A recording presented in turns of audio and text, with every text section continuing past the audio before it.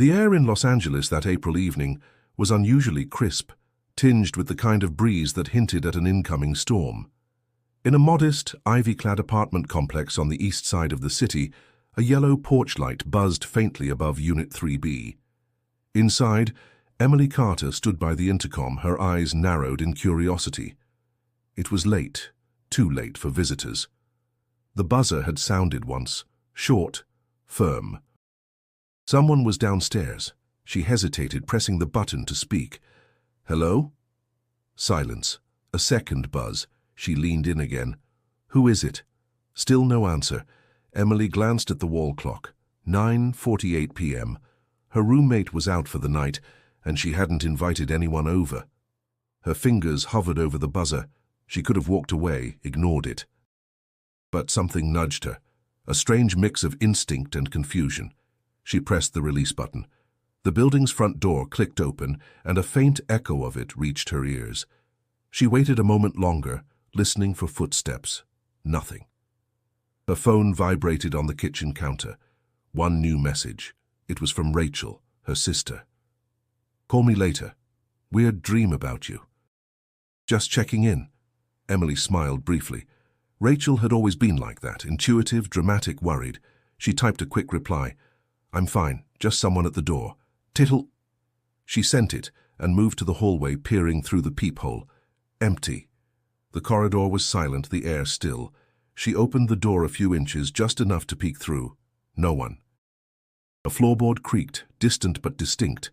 It came from the stairwell. Her heartbeat picked up. She stepped back, closing the door and engaging the lock. Another buzz. This time, long and impatient. She returned to the intercom. "Hello?" Again, nothing. The line crackled, then faintly. So faintly she almost doubted she heard it. A whisper. A name, maybe. Or just static. She didn't press the button again. Emily moved to the living room, grabbed her phone and began dialing Rachel. A sudden knock made her freeze. Not at the door. At the window. 3rd floor. Impossible. She turned slowly. The knock came again. And then...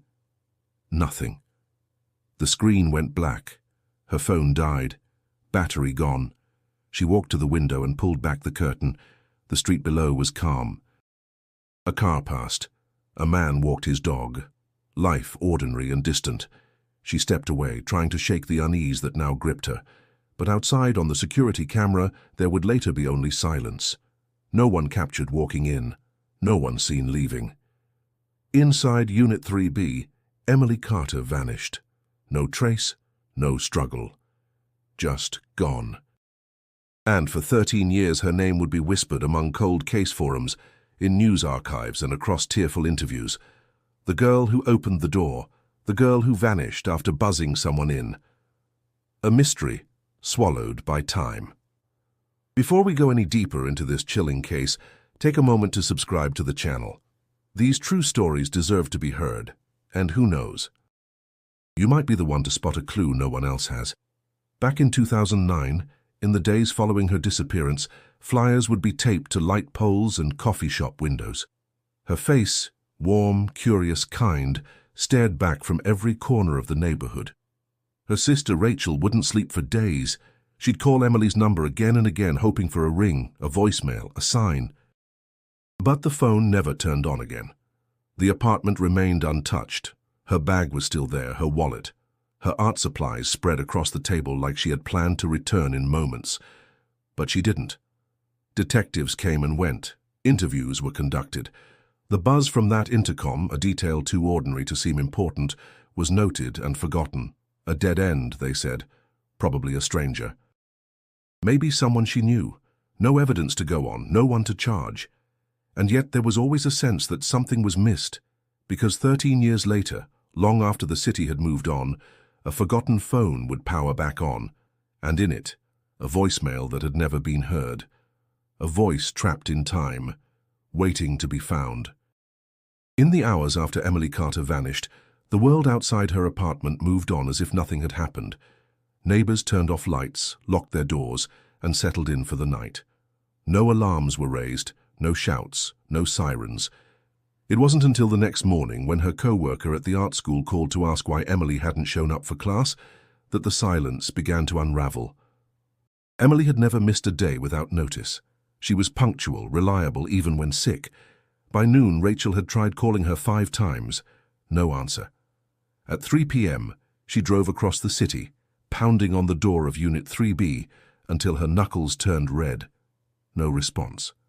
She contacted the building manager, who unlocked the door with a puzzled look on his face. She just paid rent. "I saw her 2 days ago," he mumbled, fumbling with keys. Inside, everything looked untouched. Her shoes sat by the mat, a kettle on the stove. Her phone, oddly missing, was not plugged in. Her laptop was open on the desk, with an unfinished email draft on screen. "I'm feeling a bit weird lately, like someone's—" And then nothing. Rachel's stomach dropped. The police were called. Officers arrived, casual at first, treating the case like a misunderstanding. "Maybe she went out and forgot to call," one of them offered. But Rachel knew. She felt it. Her sister hadn't just walked away. The officer jotted down notes while scanning the small apartment. No signs of forced entry. No broken glass, no overturned furniture. Everything looked normal, too normal. "She left voluntarily," they concluded. But Rachel pushed. Hard. "She wouldn't leave without telling me," she insisted. "Not without her keys, not without her purse, not without anything." The lead officer sighed. "Ma'am, there's no indication of a crime." Emily's co-workers were questioned next. No one had seen or heard from her since she left the studio 2 days before. She'd seemed distracted lately, a bit jumpy. One student mentioned that she'd cut a class short the week prior, saying she had an appointment, but there were no records of any appointment made. Then came Liam Drake. He arrived at the station that evening, after hearing about her disappearance on social media. He and Emily had dated for a year before ending things 6 months prior. He still cared, he said, still checked in now and then. "We were on good terms," he told officers. "She even visited the gallery 2 weeks ago." Detectives took his statement. Where had he been the night before? "At the gallery until 10, staff can confirm. Then I went home." He seemed calm, collected. Maybe too calm, Rachel thought. When they crossed paths outside the precinct, she stopped him. "What happened to her?" "I don't know," Liam said softly. "I wish I did." Rachel didn't believe him. Not then. In the days that followed, search efforts were launched. Volunteers gathered in nearby parks and alleyways. Flyers bearing Emily's photo were posted everywhere. Her hazel eyes and soft smile became a haunting fixture of the neighborhood, but leads were scarce. One neighbor, an elderly woman from the 2nd floor, mentioned hearing footsteps that night. "Heavy like boots," she said, "up and down the stairs, then nothing." Another claimed they saw a dark sedan parked outside the building with its headlights off. No plates remembered, no one identified. Surveillance cameras at the apartment had been out of order for weeks, a maintenance issue that had never been addressed. The building's front entrance offered no answers. Whoever Emily buzzed in had walked through a blind spot. Days turned into weeks. Hope thinned. Police interest waned. Without evidence of foul play, the case began to slide quietly toward the file marked missing adult, not abduction, not homicide. Rachel refused to let it fade. She haunted the station daily, hounding detectives for updates. She scoured Emily's journals, emails, sketchbooks, anything for a clue. What had she meant in that unfinished message? "I'm feeling a bit weird lately." Like someone's what? She held on to every piece of her sister she could find. Her scarf, a dried paintbrush, a voiceless phone. 13 years would pass before that phone would speak again. But in those first days, there was only absence, and questions no one could answer. Detective Marcus Vance wasn't supposed to take the case. He was weeks from transferring to a quieter precinct, already mentally halfway out the door. He had seen too much, lost too many, and had started to believe that some mysteries stayed that way, unsolved. But something about Emily Carter's file pulled at him. The quiet apartment, the unanswered buzzer, the missing phone. The lack of any struggle, and yet the overwhelming sense that something terrible had happened. It didn't fit the patterns. No romantic partner on record, no troubled past, no substance abuse, a stable job, a clean reputation, a simple life, interrupted. Vance sat at his desk late that night, sifting through her background. Born in Pasadena, graduated from UC Irvine, art teacher. Never been arrested, never even a speeding ticket. Her friends described her as gentle, private, quiet. Too quiet, Vance noted. The apartment search yielded no signs of forced entry or violence, no fingerprints out of place. But he noticed something small, something others dismissed. A smudge of paint near the baseboard, the color not matching any of the artworks in the apartment. Almost black with a metallic sheen. A chemical analysis would take time, but he ordered it anyway. Then there was the email, like someone's. Cut off before she could finish, and the phone. Gone. Vance requested a trace, hoping the signal had been picked up by a nearby tower before it powered down. Nothing. Either it had been disabled quickly, or it was taken somewhere completely out of range. The latter worried him more. He circled back to Liam Drake. The man was confident, perhaps too composed. "We hadn't spoken in a while," Liam repeated under questioning. "She stopped responding to messages a few weeks ago. I didn't think much of it." "Why'd you come in then?" Vance asked. "I saw the posts. Rachel tagged me. I wanted to help." Vance leaned in. "So you said she came to the gallery recently?" "Yes, about 2 weeks ago she dropped off a sketch. Do you still have it?" Liam hesitated. "No, I sold it at a small private showing. It was unsigned like most of her late pieces, but I recognized her style." "Unsigned?" "She started doing that last fall. She said it was freeing, not to claim authorship. I thought it was odd, but you know artists." Vance didn't like the answer, but there was nothing illegal about it. Still, he logged it. Sketch. Unsigned. Sold. No record. Rachel, meanwhile, wasn't convinced. "She hated selling her work anonymously," she told Vance. "She said it made her feel like she was vanishing behind her art. She only did that when she was really low." "Was she low recently?" Vance asked. Rachel hesitated. "She was anxious. Said she felt watched, that someone had been standing outside her window one night. She laughed it off, but I could tell it shook her." The detective scribbled that down. "Did she report it?" "No. She didn't think it was serious, and with her phone gone, we can't check her calls or texts." Vance requested security footage from nearby businesses, just in case. A liquor store 2 blocks away had a camera facing the street. The grainy tape showed a figure walking toward the building around 9:40 p.m. on the night Emily disappeared. Hooded, face obscured. They turned into her street, then the footage cut off. That was all they had. Still, it confirmed movement. A person approaching. No clear image, no timestamp. Useless in court, but telling all the same. He returned to the apartment, walking the stairs slowly, imagining the moment. Emily hears the buzzer. She checks the peephole. Sees nothing. She opens the door. And then? Silence. The hallway held no answers. The neighbors offered none either. Everyone had been asleep or out. One tenant, a nurse on the 3rd floor, said something strange. "I remember smelling something weird that night, like varnish or chemicals. It came and went fast." Vance ordered a sweep for any unusual substances. Nothing conclusive returned. Time passed, leads faded. Other cases came in, pressures mounted. Vance pushed back, but without new evidence the case began to stall. Rachel wasn't deterred. She kept calling, kept asking questions, kept digging through Emily's life. But for Vance, the clues ended where they began. With a buzz. A missing phone. A ghost in an open doorway. He wrote in his notes, "The absence is louder than the noise." He didn't know then that something deeply buried, was still waiting to surface. The first article ran 3 days after Emily vanished. Local art teacher missing after strange late-night incident. It was brief, just enough to catch attention, just vague enough to be forgotten. Rachel fought against that. She emailed news stations, begged journalists to dig deeper. "She didn't run away," she repeated like a prayer. Something happened to her.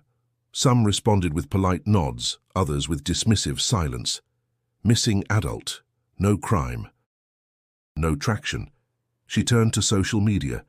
Emily's photo, brown hair falling gently over one shoulder, warm eyes behind tortoiseshell glasses, began appearing in shared posts, true crime forums and online groups. Hashtags spread. Find Emily Carter, missing in LA. People cared for a while. The first week saw vigils outside her apartment. Candles, sketches, notes scribbled on canvas scraps. But soon, attention drifted. New stories took over. Another missing person. A scandal. An election. The silence returned. Rachel refused to let go. She printed hundreds of flyers, posting them on telephone poles, laundromat boards, and bus stops. She spoke at community meetings, tried to keep Emily's name alive. The police, meanwhile, moved on. Detective Vance remained quietly committed, but with no new leads his hands were tied. "I've pushed as far as I can," he told Rachel during their last meeting. "I believe you, but the case is frozen unless something breaks." Rachel stared at him. "She's not cold, she's missing." Vance didn't respond. The official statement read, "No evidence of foul play. Investigation open but inactive." That word, inactive, burned in Rachel's mind. She began digging on her own, interviewing Emily's colleagues, reviewing her last bank statements. She discovered that $120 had been withdrawn 2 days before her disappearance at an ATM on Sunset Boulevard. Not unusual until she saw the timestamp, 11:46 p.m. Emily was never out that late. She brought the footage request to the bank. Too late. Tapes were overwritten every 10 days. The window had passed. She cried in her car that afternoon, not from sadness, but from fury. Fury at herself, at time, at everyone who let the days slip away like grains through fingers. Even her own parents, devastated by the loss, began to retreat into silence. Her mother stopped attending the search meetings. Her father started saying things like, maybe she needed to leave, maybe it was her choice. Rachel knew better. She clung to one memory in particular, a phone call 2 weeks before it all happened. Emily had sounded distant, her voice low. "Do you ever feel like you're being erased slowly? Like no one would notice if you just stopped showing up?" Rachel had laughed, trying to lighten the mood. "What are you talking about?" Emily paused. "Never mind, I'm just tired." Rachel now replayed that moment endlessly. What had she meant? What had she seen? Had someone been in her life that she didn't tell anyone about? She went back to the apartment months later, after the lease had expired. The landlord let her in one last time. Dust had settled. Cobwebs stretched across the corners. Rachel sat on the hardwood floor and closed her eyes. She listened. And there, buried in the silence, came something strange. The faintest hum. A vibration. She crawled toward the wall. A floorboard was slightly raised near the corner behind the radiator. With trembling fingers, she pried it open. Nothing, except a folded piece of paper. One line written in black ink. "Don't trust the door." No signature, no explanation. Just those words, scrawled in rushed handwriting. She took it to the police. They filed it, noted it, and once again said, "Interesting, but not actionable." Rachel stared at them. Not actionable? Could be anything. Could have been left before she lived there. Could be unrelated. But Rachel knew her sister's handwriting, and she knew what it meant. Emily had feared something, or someone, linked to that door, the intercom, the buzz, the moment she let someone in. Rachel held on to the note. She framed it, hung it on the wall beside her desk and stared at it every night. As the years crawled forward, she never stopped believing, never stopped searching. The world had gone silent, but Emily hadn't vanished into nothing.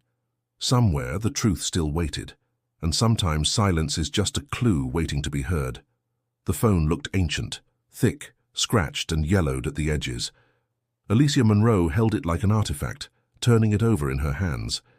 She'd picked it up at a yard sale in East Hollywood, tucked in a box of outdated electronics. $5. No charger, no guarantee it even worked. But something about it intrigued her. She was a systems engineer by trade, a digital archaeologist by passion. Old tech fascinated her, devices holding ghost data, unfiltered memories from other lives. She brought the phone home, rummaged through her drawer of cables and found a compatible charger. To her surprise, the screen lit up. Password protected. She cracked it in 10 minutes. Birthdays were always a good guess. Inside, a handful of contacts, blurry photos, a few notes. Most files were corrupted or missing, but something had been saved, something never played. A voicemail, time-stamped April 16, 2009, 9:52 p.m. She pressed play. The first few seconds were silent, then a shaky breath. A woman's voice, soft, trembling. "If someone hears this, I think someone's inside. I don't know how they got in. I heard a noise and a sudden crash, a muffled scream. The message cut off." Alicia froze. She replayed it, this time with headphones. The details became clearer. A door creaking. A whisper, barely audible. She couldn't make out the words. Then footsteps, hurried. Another thud. Then silence. 13 years had passed. She had no idea whose voice it was. No number was listed. The phone's metadata was incomplete, but this wasn't something she could ignore. She uploaded the file to her server and ran it through audio software, cleaned the background, applied filters. At the far end of the recording, she caught something chilling. A second voice, male, close to the mic, just one word.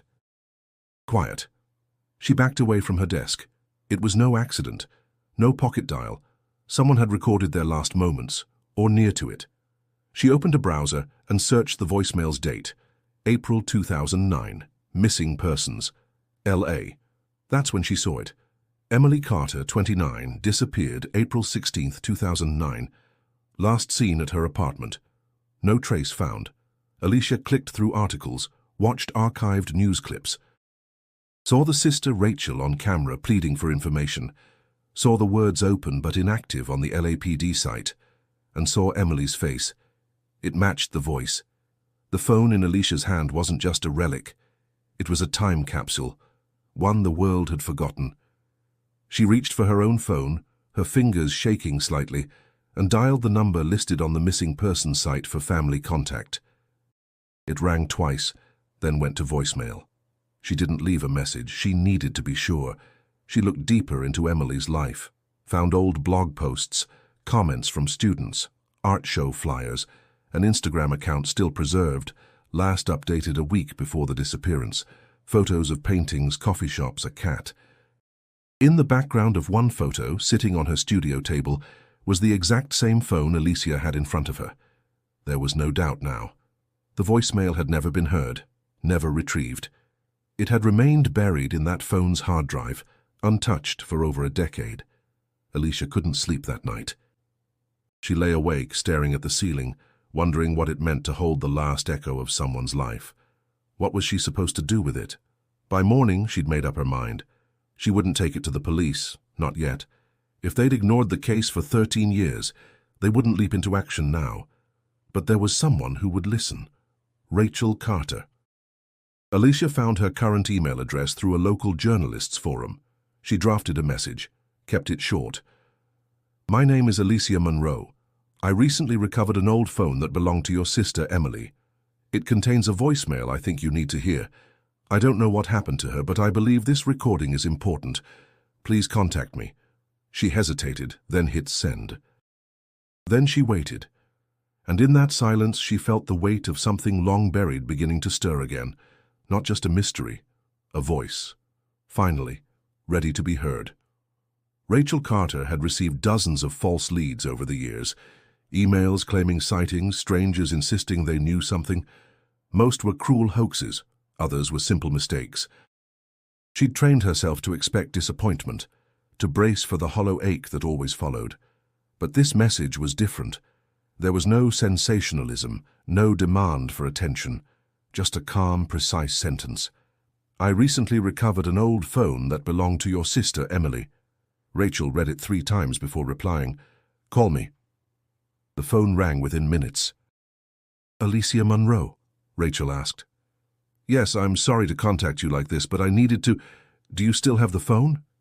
I do. Does it work? Yes. And there's something on it. A voicemail. I believe it's the last thing she recorded before she went missing. Rachel's voice cracked. Can you send it? I think you should hear it in person, Alicia said gently. This isn't something to email. By nightfall, they met at a cafe in Los Feliz. Rachel's hands trembled as Alicia placed the device on the table. It looked so familiar. She remembered Emily getting it, how she joked about its awful camera, but loved the battery life. Alicia queued up the voicemail, then passed her the earbuds. Rachel pressed play. Silence. Then Emily's breath. If someone hears this, I think someone's inside. Rachel's chest tightened. I don't know how they got in. I heard a noise and... Crash. A muffled cry. A male voice. Quiet. The message cut. Rachel stared ahead, frozen. Her throat closed. She was scared, she whispered. Yes, Alicia said softly. She was. Rachel listened to it again, and again, each time catching new details. A sound like a door hinge, the distant hum of electricity, a dragging noise. She sat back, stunned. No one ever found this. It never went through. She must have recorded it. Then the phone shut off.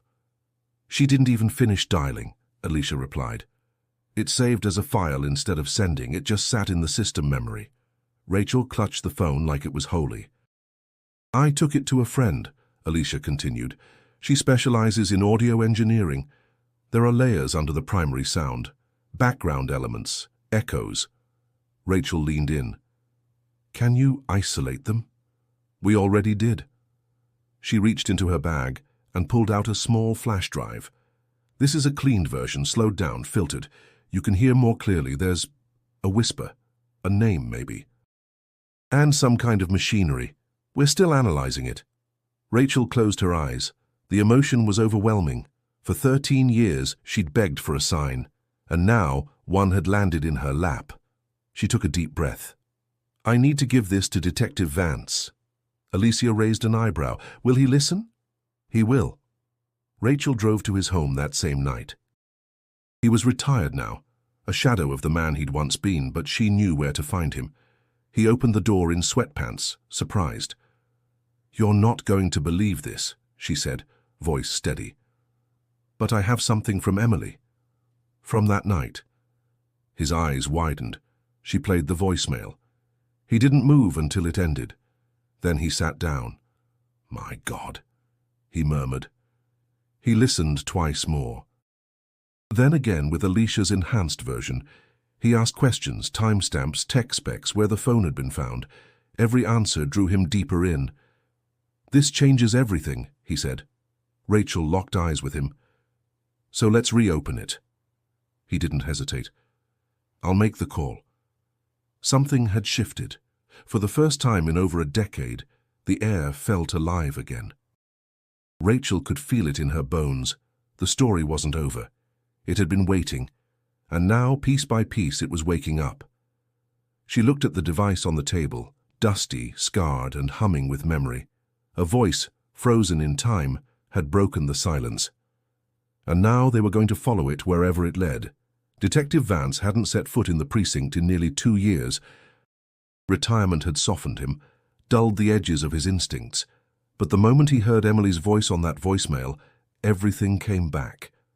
The urgency, the questions, the haunting silence he'd never been able to shake. He walked into the cold case division, with the flash drive in hand and the old phone in his pocket. The younger officers barely recognized him. But when he asked to speak to Lieutenant Hale, they listened. Vance laid out the voicemail first, played both the original and the enhanced version. Hale leaned forward, expression darkening with each second. By the time it ended, he looked stunned. This was never logged. No, Vance said. Phone was never recovered. Message never heard. Until now. And you're sure it's her voice? We have confirmation. Sister ID'd it. We've got timestamp, device origin, metadata. It matches. Hale nodded slowly. All right, let's reopen it. Within hours, the case was active again.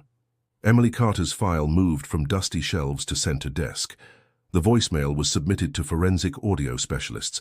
The phone underwent digital analysis. And Vance, unretired unofficially, was back on the trail. He requested access to all evidence logged back in 2009. Most of it had been preserved. Crime scene photos, Rachel's handwritten notes, Liam Drake's statements. And then came the big one, the original apartment entry log. The building had used a coded intercom system. When residents buzzed someone in, the internal log recorded the press. But no specific time data had been flagged. This time they cross-checked it against the voicemail timestamp, 9:52 p.m., and there it was. A log entry at 9:48 p.m., Unit 3B buzzed someone in. Then nothing for the rest of the night. One press, one silent visit. "Confirmed," Vance said. Someone entered. Emily buzzed them in and she vanished 4 minutes later. Rachel sat across from him, trying to steady her breath. "That's not enough to charge anyone." "No," Vance agreed, "but it's enough to pull threads." He turned next to the voicemail's background audio. The tech team had isolated the sounds Alicia mentioned, a faint metallic squeal, rhythmic, some kind of mechanical repetition, a low hum. Vance brought in a city noise consultant, someone who had worked on underground rail systems. The man listened, then blinked. "This isn't train noise," he said. "It's industrial, maybe HVAC, could be ventilation fans. You're near a factory." Rachel frowned. "No, the building's in a residential area." The consultant replayed the final seconds. "This tone here, that's unique. I've only heard that in turbine units, the kind used in older warehouses or refrigeration spaces."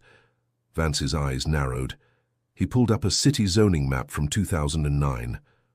Within a mile radius of Emily's building, there were 3 former industrial sites, an old bottling plant, a paper mill, and a refrigerated storage depot that had closed in 2006. "Let's start with the depot," he said. They visited the property 2 days later. The fence had rusted, vines overtaking the gate. But the main building still stood, grey, cracked and silent. Rachel stayed outside as Vance and 2 officers conducted a walkthrough. Inside, the air was dry and stale. The thick, insulated walls muffled sound. Each step echoed against the old cement. The fans, though long dormant, still lined the ceilings. Vance looked up. One of them hung loosely, its motor housing partially detached. He had the voicemail in his ear. The hum, the tone. He stood under that exact fan. It matched. They kept walking. At the far end of the warehouse, they found something that stopped them cold. A canvas. Torn, yellowed, but unmistakably painted. A burst of color, a trembling figure. And in the bottom right corner, 3 initials scratched faintly into the dried paint. E.C. Rachel stood frozen when they showed it to her. "It's hers," she said. Vance nodded. "No doubt?" "No doubt." They sent it to forensic art analysis. Confirmed. Same technique, same materials, same brush patterns. Even the primer was identical to the kind Emily had used in 2009. "She was here," Vance murmured. "Not just brought, she worked here." Rachel's voice was a whisper. Then someone kept her alive. And the question that had haunted them both for years sharpened into something even darker. Not who had taken Emily, but why. The painting found in the warehouse was more than just a clue. It was a message. Hidden within its composition was the kind of pain that could only come from captivity. Emily's brushstrokes were frantic, layered, as if she were trying to scream through color. The figure in the center, faceless and curled, was surrounded by abstract shadows, one hand stretched toward the edge of the frame, fingers dissolving. Rachel stared at it for hours. "She painted this here," she whispered, "while they kept her inside these walls." Vance paced the perimeter of the warehouse. His instincts told him that if Emily had been here, there had to be more. Something overlooked, something that time hadn't buried. The crime scene unit combed through every corner. Dust-covered shelves were dismantled, floor tiles pulled up, fingerprints scanned. Most prints had degraded beyond use. but two partials lifted from the painting stretcher matched Emily's known record. The confirmation was chilling. And then came a breakthrough. Hidden behind a false panel near the rear wall, they uncovered a narrow compartment. Inside, scraps of paper, dried paint tubes, and a cloth satchel containing small, unfinished sketches. They were folded, some torn, most unsigned, but everyone bore her signature style, abstract, bold, emotional. One in particular stood out. It showed the interior of a room, bare walls, no windows, a single light bulb above.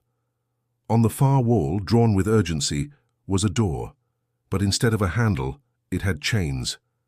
Rachel clutched it in her hands. She was telling us something. They scanned the sketches for hidden symbols. In one, faint letters were hidden in the brush lines, R917. Investigators cross-referenced the code against maps, dates, even Emily's old journals. Nothing stood out immediately, until Alicia, who'd continued helping from the tech side, called with a theory. "I think R917 might refer to an archive or cataloging system," she said. "In galleries, works are often stored with designations like that." Vance ran the numbers through a local art registrar. It hit.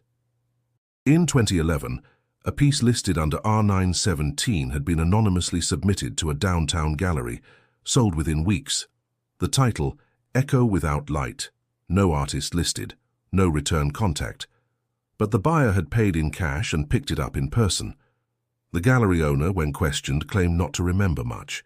"We got lots of anonymous work back then," he said. "We didn't ask questions. If the art was good, we sold it." "But you kept records," Vance pressed.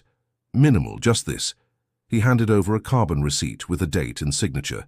The name was fake, but the time matched a period when Liam Drake's gallery had been shut down for renovations. And the handwriting, it bore uncanny similarities to his. Rachel felt a cold fury rise in her chest. Why didn't he mention this before? "We need to be careful," Vance warned. "We don't have proof he bought it, but he might have brokered it, or known who did." They returned to the sketches. One more clue stood out. The faint outline of a vent in the background, horizontal bars, curved corners, unusual design. Vance showed it to an old city maintenance contractor. "That's not residential," the man said. "That's industrial cooling, the kind used in deep storage units or ice plants." Rachel's pulse quickened. Another location? Vance dug back into old building permits and city files. One more site emerged, a condemned storage facility 4 blocks from the depot. Privately owned, never torn down due to legal disputes, still standing, boarded, forgotten. They went the next day. The air was thicker there, the silence oppressive.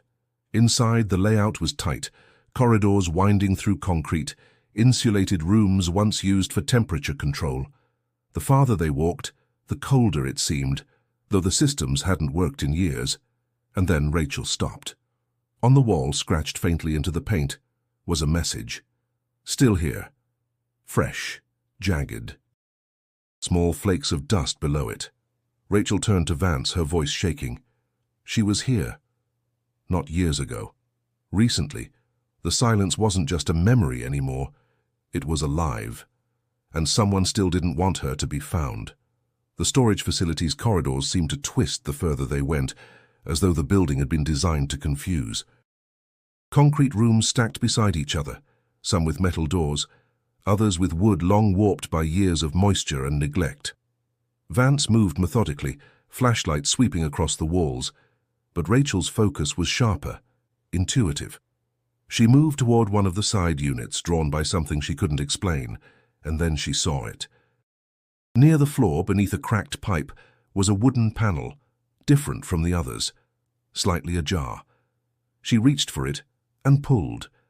Behind it was a hidden alcove, no bigger than a walk-in closet. Inside, the air felt wrong, heavier.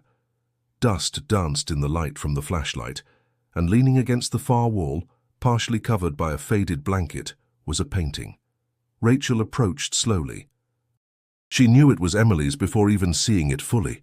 The canvas depicted a figure again, but this time the person was standing, still faceless, but arms were raised, pushing against invisible walls. The background was all grey, almost colourless. Despair lived in every stroke. At the bottom, EC scratched faintly in the corner. She turned to Vance. She was here. And she kept painting. He didn't answer at first. He was looking at the floor, at scuff marks, shallow indentations, tiny traces in the dust. Someone dragged something here, maybe supplies. Or someone. Rachel's stomach twisted. Vance took photos, collected the canvas, ordered forensic samples from the walls, floor, even the air filters. Everything was logged. But the deeper meaning of what they found went beyond evidence. Emily had been kept here, not just for days, likely weeks, maybe longer, but she hadn't left nothing behind. She had painted, and each canvas was a breadcrumb. Back at the lab, technicians analyzed the painting. Same materials, same aged brushes, but embedded in one of the strokes, nearly invisible, was a fine white powder. When tested, it came back as gypsum, common in drywall, but this sample had properties linked to a specific brand used in art studios throughout Los Angeles in the late 2000s. Only one supplier had carried that exact mix. Rachel and Vance traced it to an old distributor downtown. Their records were incomplete, but one name appeared as a repeat bulk buyer from 2008 to 2011, Liam Drake. It was the first time his name came up again with weight. Not speculation, not theory. Documented purchase of the exact material Emily had used during the same years she was missing. Vance went quiet. Rachel didn't. He said he hadn't seen her in months before she disappeared. Said she stopped replying to him. He also said she came by with a sketch 2 weeks before she vanished, Vance added. But there was no proof of that until now. Rachel narrowed her eyes. We have proof now. But Vance cautioned her, it's not illegal to buy supplies, and we still don't know if he kept her. We need more. Rachel stood. Then let's get more. They reviewed Liam's gallery activities during the missing years. Dozens of private showings, anonymously submitted works. Several bore similarities to Emily's style, but without signatures they couldn't be confirmed. Until they visited a collector, an older woman in the Hollywood Hills who had purchased a painting titled Within Silence in 2012. She led them to her study, where the piece hung above a fireplace. Rachel's breath caught the second she saw it. Not just the colors, not just the movement, but embedded into the texture, almost imperceptible unless you knew what to look for, was a faint inscription. Ah, I'm alive. It was carved beneath the base layer, only visible under raking light. Rachel stepped back, her voice barely audible. She tried to reach me, even then. Vance took a slow breath. That's not art. That's a message. And suddenly, all the pieces aligned. The unsigned works. The anonymous sales. The pattern of silence broken only through paint. Emily had been alive after she vanished, creating, communicating, hiding messages in plain sight, and someone, maybe Liam, maybe someone else, had facilitated it, willingly or not. Vance looked at Rachel. She was crying for help and no one saw it. Rachel's jaw tightened. Well, they're going to see it now. Rachel stood across from Liam Drake, her eyes unwavering. The gallery smelled of polished wood and old canvas, familiar and sterile. His expression flickered. Recognition, hesitation, something else. We need to talk, she said. Liam gestured toward the back office, suddenly cautious. Of course. Once inside, she wasted no time. I've seen your sales logs.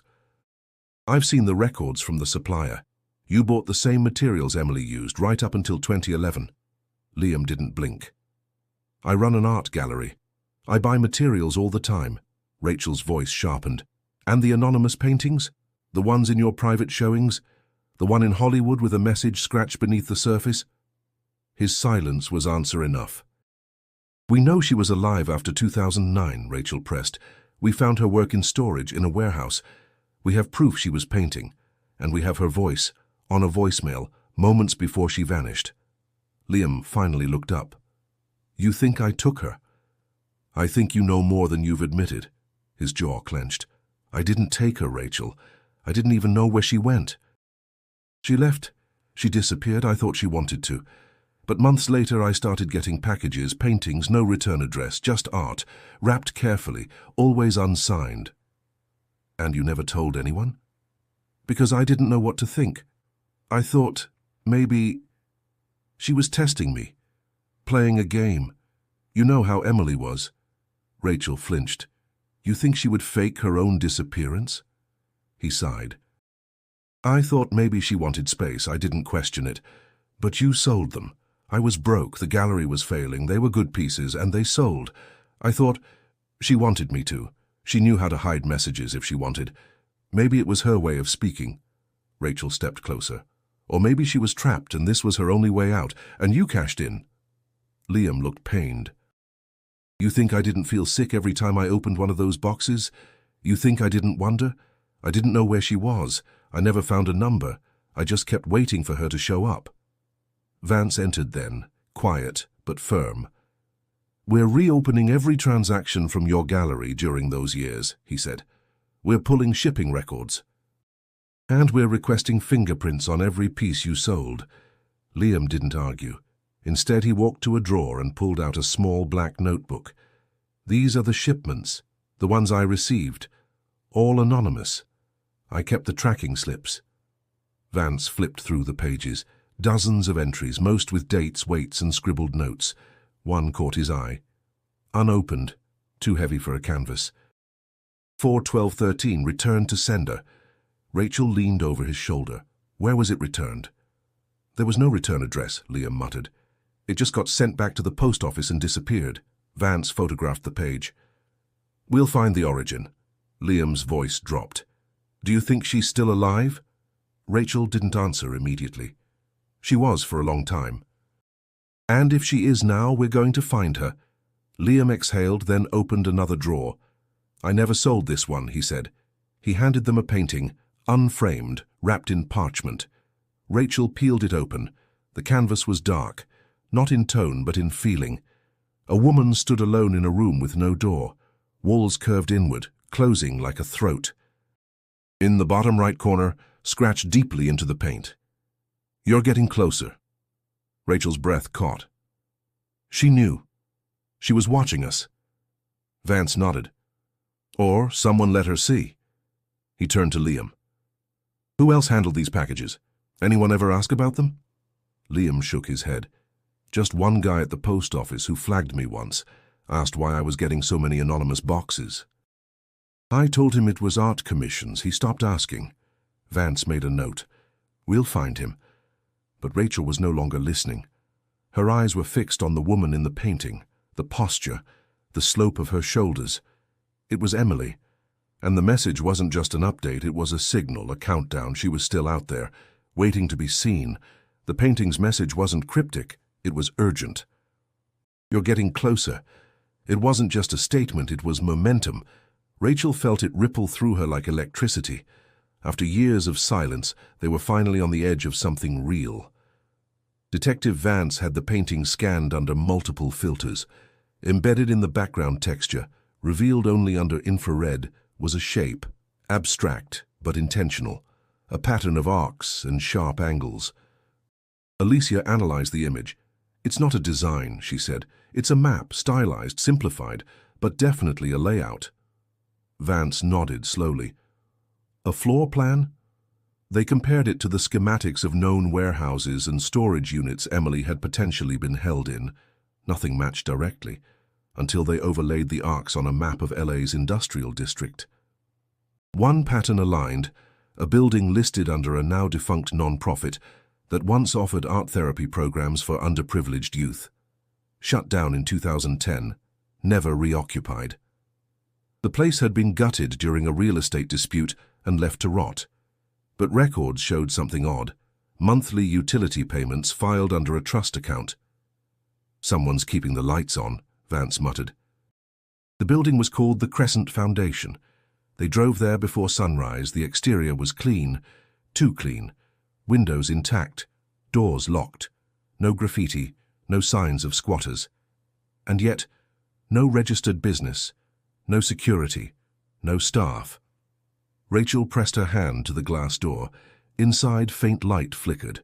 They didn't have a warrant yet, but Vance didn't wait. They circled back to a service entrance and found a side window that had been forced open. Weeks ago, maybe months. The latch was broken. No alarm. Vance climbed through, flashlight leading. Rachel followed. Inside, the building was quiet. The main floor was empty, lined with cracked tile.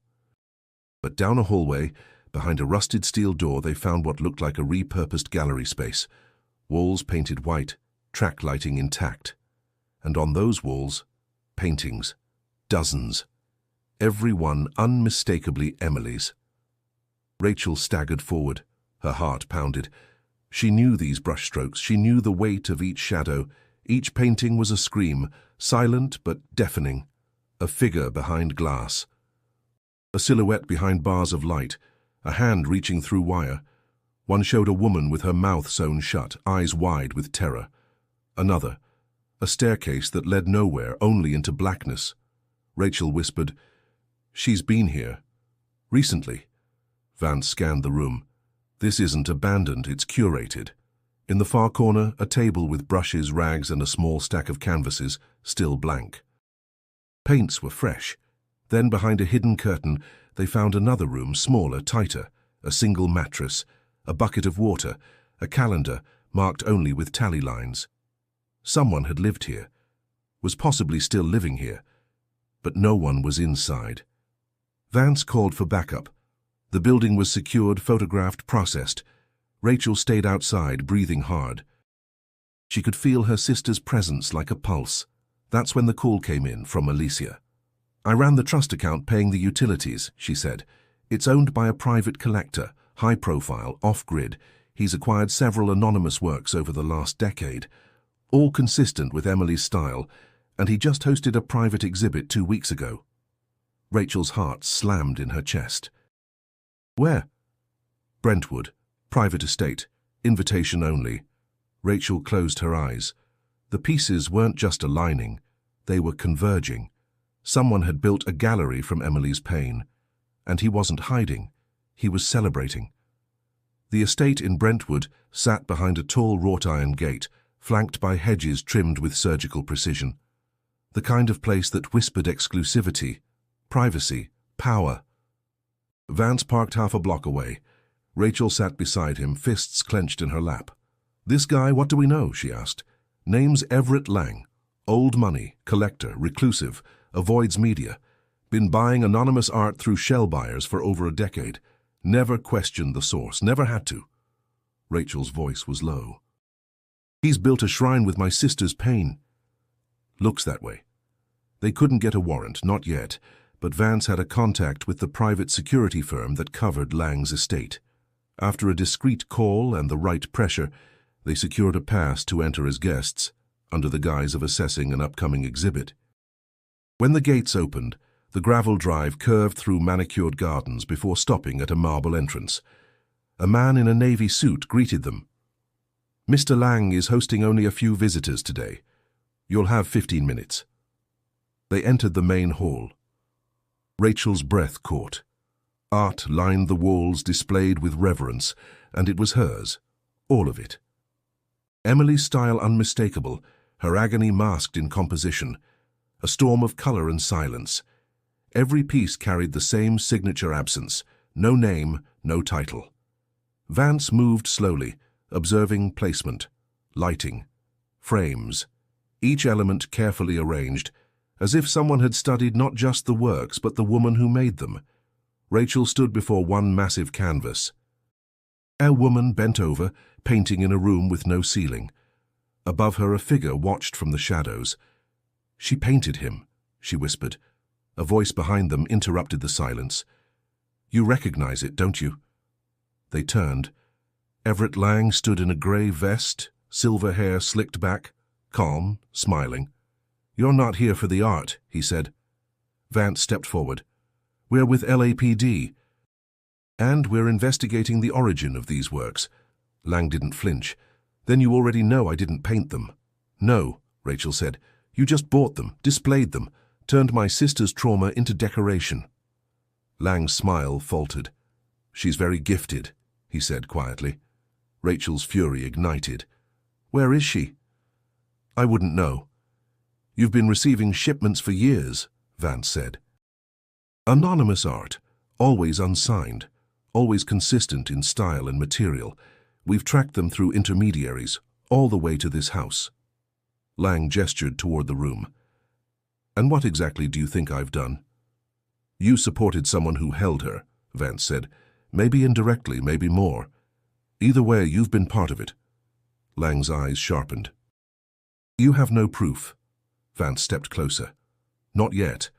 But here's what we do have. Witness statements, fingerprints, visual matches, encrypted records from your shipping logs. And one more thing. He pulled a photo from his jacket, one of the newer paintings. Highlighted under UV light was a detail no one else had noticed. Coordinates. Lang froze. Rachel stepped forward. Did you even know? Or did you just enjoy the fantasy, the mystery of anonymous genius while she begged for help in plain sight? Lang's voice was tight. She sent the work willingly. Did she? Vance asked. Because the last message we found didn't sound like consent. Lang said nothing. Security moved into the room, but Vance showed his badge. This is now a criminal investigation. No one's leaving this estate until we search the property. Rachel walked deeper into the gallery, past canvases of color and pain, toward the far wall where a lone portrait stood apart from the others. A face, painted fully. Emily, alive, alert, watching. The hair was shorter, the eyes different, but it was her. Rachel touched the frame. This is recent, she said. Lang didn't answer. But his silence screamed the truth. Vance turned to security. Search every floor, every wing, every underground level. Lang stepped back. Rachel didn't. She was done asking. They were no longer hunting a ghost. They were on the threshold of something real. And Emily was no longer just missing. She was within reach. The staircase behind the East Wing bookshelf was hidden in plain sight. One of the guards, under pressure from Vance, admitted he'd once seen Lang descend through it during a late-night event, said it was for wine storage, but had never been inside himself. Now, Vance and Rachel moved down the narrow stairs in silence. Every footstep echoed off cold stone walls. The air changed as they descended, thicker, colder, electric with anticipation. At the bottom, the corridor stretched forward, lit by soft recessed lights. There were no windows, just smooth concrete and silence. Rachel's breath caught as they reached the end. A steel door stood before them. It wasn't locked. Inside was a small studio space. A single easel stood in the center with a half-finished painting, brushes, canvases, a cot in the corner, a sink. A small shelf stacked with sketchbooks, and sitting in a wooden chair facing the wall was a woman. Rachel froze. Emily? The figure turned slowly. Older, paler, thinner, but the eyes were the same. For a heartbeat, neither spoke. Then Emily stood. Rachel? Her voice cracked, brittle from disuse. Is it real? Rachel ran to her, arms wrapping around her sister with the force of years. I found you, she whispered. I found you. Emily clung to her. I didn't think anyone. Vance gave them space, his hand never leaving the grip of his holstered gun. He scanned the room, the ceiling, the single surveillance camera in the corner, its blinking red light now dim. We have officers upstairs, he said gently. You're safe now. He won't touch you again. Emily sat back down slowly, trembling. He told me that no one was looking, that the world forgot. Rachel's eyes filled. He lied. Vance radioed in, called for medics, backup, and forensics. As officers swept in, Lang was handcuffed without resistance. He said nothing. Just watched with cold detachment as Emily was led into the daylight for the first time in over a decade. Her escape wasn't violent. It wasn't cinematic. It was quiet, soft. A door opening finally, after years behind invisible walls. At the hospital, Rachel stayed with her as doctors checked vitals, ran scans, and asked questions Emily was too tired to answer. But in the silence of that white room, she whispered, I left signs in the paintings. I hoped someone would see. Rachel nodded. We did. Emily reached into the pocket of her hospital gown, pulling something small and folded. It was a scrap of canvas. On it, a phrase written in faded paint. You saw me. Rachel wept. Later, Vance entered with news. They've confirmed Lang paid 2 associates to facilitate the shipments. One of them worked at the post office. Another helped him move her between locations. They're both in custody. Emily didn't flinch.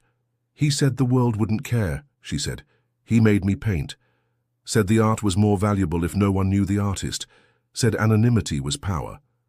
Rachel touched her hand. He was wrong. Emily looked at her. You were always looking. Every day. Emily closed her eyes. Then I wasn't alone. For the first time in years, Rachel saw colour return to her sister's face, not through paint, but through breath, through presence, through life. Outside the hospital room, press had already gathered. News had leaked.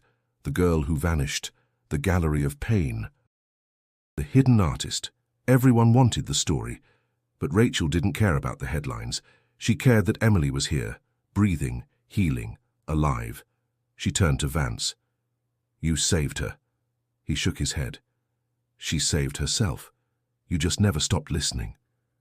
And beneath the weight of years lost, something beautiful began to form again. A new canvas, one without chains. The world reacted swiftly. Within 48 hours of Emily's rescue, media outlets across the country flooded the airwaves with headlines.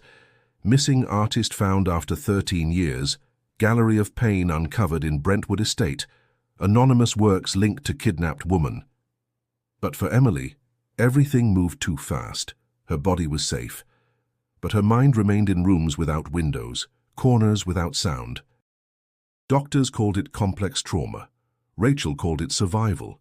She stayed by Emily's side, shielding her from reporters, from speculation, from the overwhelming noise of a world that suddenly remembered her name.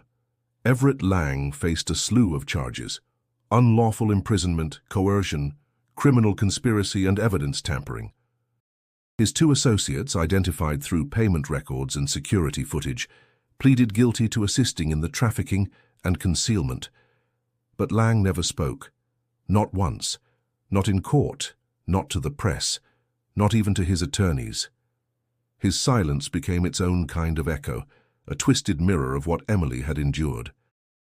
Rachel found herself sitting in front of her laptop late into the night, revisiting the sketchbooks, the messages, the timelines. She documented everything.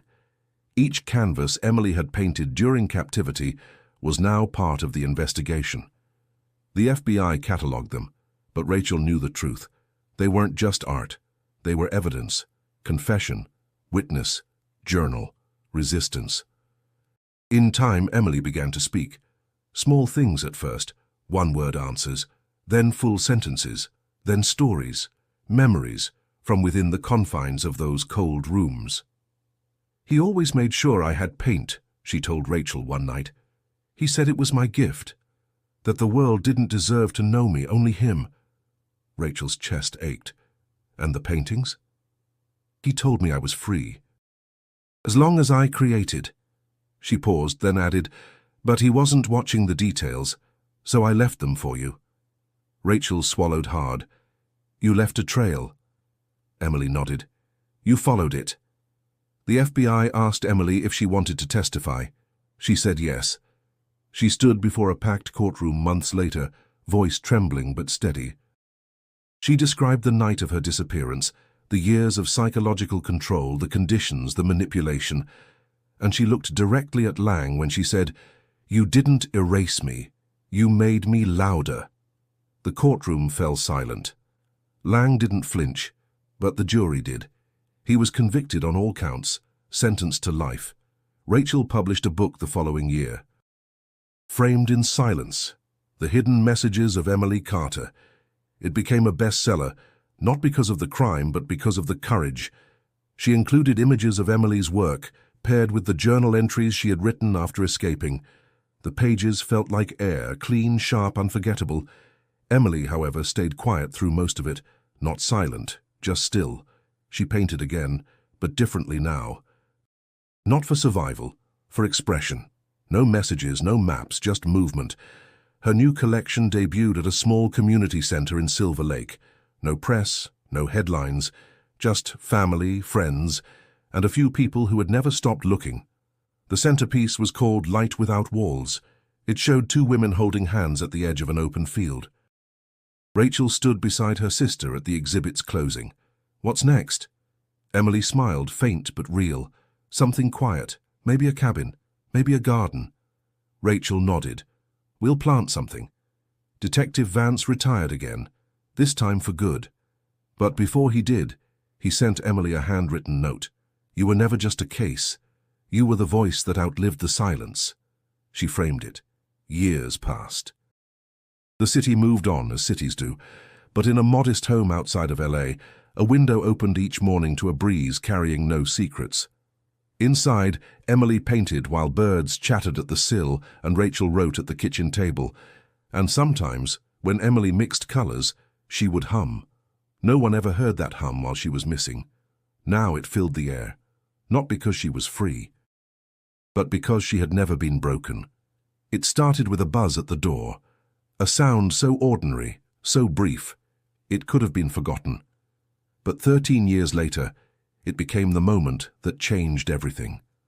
The line between silence and truth, between disappearance and discovery. Emily Carter's name was once just another file in a drawer labeled inactive. Now it stood for something else. Survival. Art had been her prison, but it also became her message. A way to speak when her voice was taken. A language of shadow and light, pain and hope, etched onto canvas when the world refused to listen. But someone did. Rachel, the sister who refused to stop. She had searched when others gave up, had believed when doubt took root, had followed every brushstroke, every whisper, until the silence broke. And when it did, everything changed. Emily's story is no longer about disappearance, it's about presence, the strength to endure, the power of connection, the quiet revolution of being found not by police or press, but by persistence, by love. There were no heroic rescues with sirens and shouts, just a phone, forgotten, a voicemail, unheard, a voice, waiting. And someone, Alicia Monroe, curious enough to listen. Her discovery wasn't luck, it was care, curiosity. The decision to look deeper, to not dismiss an echo in a device no one else wanted. Because that's what stories like Emily's depend on. Not one hero, but many. A sister, a detective, a stranger, a survivor. Together they dismantled a lie that held for over a decade. A gallery built on suffering. The man who believed anonymity was power, who thought no one would look beneath the paint. He was wrong. And so in a world of noise and distraction, this story reminds us to look, to listen, to pay attention to the gaps, the absences, the missing frames. Because sometimes the loudest cry isn't a scream, it's a painting, a whisper, a hum. Emily Carter lives quietly now. She doesn't give interviews. She doesn't appear at book signings. She lets the work speak when she chooses to create it. And sometimes she doesn't, because survival isn't always loud. Sometimes it's soft and steady. Sometimes it looks like watering a plant, or mixing colors just for joy, or sitting on a porch as the sun rises, knowing no one controls the door but you. And that's enough. So if you followed this story to the end, thank you for listening, for staying, for remembering that behind every headline is a person, a voice, a life worth finding. And if this story moved you, helped you see the world a little clearer, or reminded you of the strength that hides in silence, don't forget to subscribe to the channel. We tell stories like this because they matter.